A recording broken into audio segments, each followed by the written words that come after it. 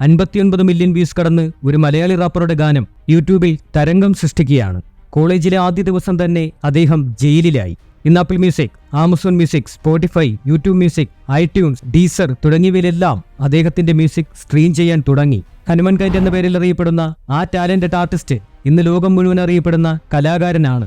ഈ പ്രശസ്തിക്ക് മുമ്പ് അദ്ദേഹത്തിന്റെ ജീവിതം എങ്ങനെയായിരുന്നുവെന്ന് നിങ്ങൾക്കറിയാമോ? മുഴുവൻ കാര്യങ്ങളും അറിയാനായി വീഡിയോ കാണൂ. എല്ലാവർക്കും ഫെമ്മിന്റെ പുതിയൊരു വീഡിയോയിലേക്ക് സ്വാഗതം. മുന്നോട്ട് പോകുന്നതിന് മുമ്പ് വീഡിയോ ലൈക്ക് ചെയ്യുക. അപ്പോൾ നമുക്ക് വിഷയത്തിലേക്ക് കടക്കാം. ദി എമിനം ഓഫ് ഇന്ത്യ എന്നറിയപ്പെടുന്ന ഹനുവിന്റെ യഥാർത്ഥ പേര് സൂരജ് ചെറുക്കാട്ട് എന്നാണ്.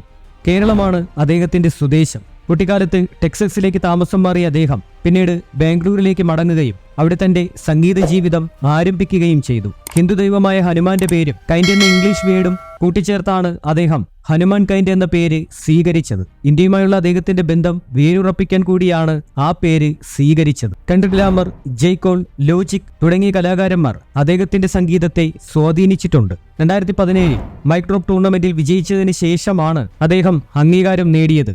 ഹനു യുഎസിലാണ് വളർന്നതെങ്കിലും മറ്റു പല രാജ്യങ്ങളിലും അദ്ദേഹത്തിന്റെ സാമീപ്യം ഉണ്ടായിരുന്നു. Nigeria, Saudi Arabia, Dubai, Italy എന്നിവിടങ്ങളിൽ അദ്ദേഹം ധാരാളം സമയം ചെലവഴിച്ചിട്ടുണ്ട്. അദ്ദേഹത്തിന്റെ അച്ഛൻ ഓയിൽ സെക്ടറിലാണ് ജോലി ചെയ്തിരുന്നത്. ഹനുവിന്റെ മാതാപിതാക്കൾ എപ്പോഴും മലയാളം സംസാരിക്കാറുണ്ടായിരുന്നു. എന്നാൽ ഹനു എപ്പോഴും ഇംഗ്ലീഷിലാണ് പ്രതികരിക്കാറുണ്ടായിരുന്നത്. മലയാളം ഒരു സുന്ദരമായ ഭാഷയാണ്, പക്ഷേ അദ്ദേഹത്തിന് എപ്പോഴും കൂടുതൽ കംഫർട്ടബിൾ ഇംഗ്ലീഷ് സംസാരിക്കാനായിരുന്നു. സ്കൂളിൽ 15 വയസ്സ് മുതൽ ഹനു സുഹൃത്തുക്കളോടൊപ്പം ഫ്രീ സ്റ്റൈൽ ചെയ്യുമായിരുന്നു. അവൻ ബീറ്റ്സ് ധരിച്ച് ജീവിതത്തെക്കുറിച്ച് റാപ്പ് ചെയ്യുമായിരുന്നു. ഇത് സമയം കടന്നുപോകാനുള്ള ഒരു മാർഗമാണെന്നും മറ്റു മത്സരാർത്ഥികൾക്കെതിരെ സ്വയം പുഷ് ചെയ്യാനുള്ള വഴിയാണെന്നും അദ്ദേഹം പറഞ്ഞിട്ടുണ്ട്. ഹനു ഒരിക്കലും ബാറ്റിൽ റാപ്പ് ചെയ്തിരുന്നില്ല.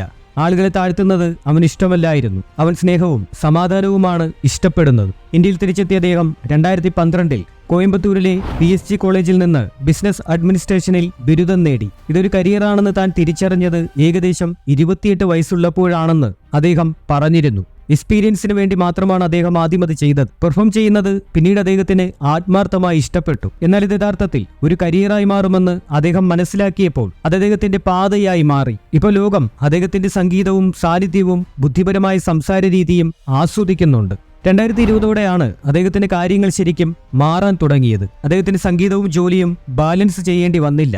തന്റെ സംഗീത ജീവിതം ആരംഭിച്ചപ്പോൾ തന്റെ ക്രാഫ്റ്റിലേക്ക് നേരിട്ടിറങ്ങാൻ അദ്ദേഹത്തിന് കഴിഞ്ഞു. ഹനുവിന്റെ അച്ഛൻ വിദ്യാഭ്യാസത്തിന്റെ കാര്യത്തിൽ മുൻഗണന കൊടുക്കുന്നയാളാണ്. പക്ഷെ അദ്ദേഹം അവനൊരു ചെറിയ പ്രകടനത്തിൽ ആകസ്മികമായി കണ്ടു. തന്റെ മകനതിൽ എത്രത്തോളം അധ്വാനവും മനപ്പാടവും തയ്യാറെടുപ്പും നടത്തിയെന്ന് കണ്ടപ്പോൾ അവനതിൽ എത്രമാത്രം ശ്രദ്ധാലുവാണെന്ന് അദ്ദേഹത്തിന് മനസ്സിലായി. കോളേജിലെ ആദ്യ ദിനത്തിൽ തന്നെ അവൻ ജയിലിലായി. അവൻ അമേരിക്കയിൽ നിന്നാണെന്ന് എങ്ങനെയോ ആളുകൾ കണ്ടെത്തി. തുടർന്ന് ഒരു കൂട്ടം ആളുകൾ അവന്റെ അടുത്ത് വന്ന് പ്രശ്നങ്ങൾ ഉണ്ടാക്കാൻ തുടങ്ങി. പുറത്തു വെച്ച് കാണണമെന്നവർ അവനോട് പറഞ്ഞു. അവിടെ 40ഓളം പേരുണ്ടായിരുന്നു. ഒടുവിൽ അവരിൽ ഭൂരിഭാഗം പേരെയും അറസ്റ്റ് ചെയ്തതോടെയാണ് പ്രശ്നം അവസാനിച്ചത്. ഈ സംഭവത്തിന് ശേഷം ആരും തന്നെ പിന്നീട് ശല്യപ്പെടുത്തിയിട്ടില്ലെന്ന് ഹനു പറഞ്ഞു. സംഗീതത്തിലെ തന്റെ പ്രാരംഭ വിജയത്തെ തുടർന്ന് ഹനു ഹിപ്ഹോപ്പ് ജേണറിൽ പുരോഗമിച്ചു.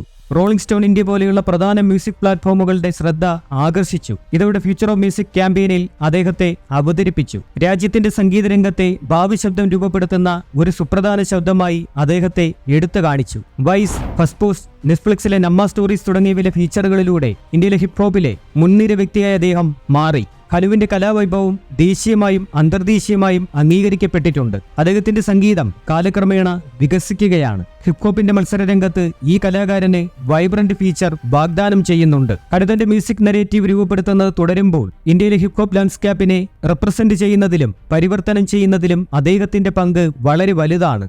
ഒരു മ്യൂസിക് ഫെസ്റ്റിവലിലെ അരങ്ങേറ്റ കലാകാരനിൽ നിന്ന് ഹിപ്ഹോപ്പ് സമൂഹത്തിന്റെ അംഗീകൃത പേരിലേക്കുള്ള അദ്ദേഹത്തിന്റെ യാത്ര ഹനുവിന്റെ കഴിവിന്റെയും ഇന്ത്യൻ സംഗീതത്തിന്റെ വികസിത സ്വഭാവത്തിന്റെയും തെളിവാണ്. ഹിപ്ഹോപ്പിന്റെ അതിരുകൾ ഭേദിച്ചുകൊണ്ട് ഹനു അത് തുടരുന്നു. അദ്ദേഹം വിവിധ കലാകാരന്മാരുമായി സഹകരിച്ച് പ്രകടനം നടത്തുന്നുണ്ട്. അദ്ദേഹത്തിന്റെ എപ്പിട്രാക്കായ ബിഡ് ഡാക്സിലൂടെ സംഗീത രംഗത്ത് ഒരു പ്രധാന അടയാളം ഇടുകയാണ് ഹനുമാൻ കൈൻഡ്. മരണക്കിണറിലെ ഈ ട്രെൻഡിംഗ് റാപ്പ് ഗാനത്തിന് ജപ്പാൻ, നൈജീരിയ, കാനഡ, നേപ്പാൾ തുടങ്ങി നിരവധി രാജ്യങ്ങളിൽ നിന്നുള്ളവരാണ് കമന്റുകൾ ചെയ്തത്. ഇതുപോലൊരു ഇന്ത്യൻ റാപ്പ് ഞാൻ കണ്ടിട്ടില്ല എന്നാണ് പലരുടെയും അഭിപ്രായം. ഇതുവരെ 1.25 ലക്ഷത്തിൽ പരം കമന്റുകളാണ് വീഡിയോയ്ക്ക് ലഭിച്ചത്.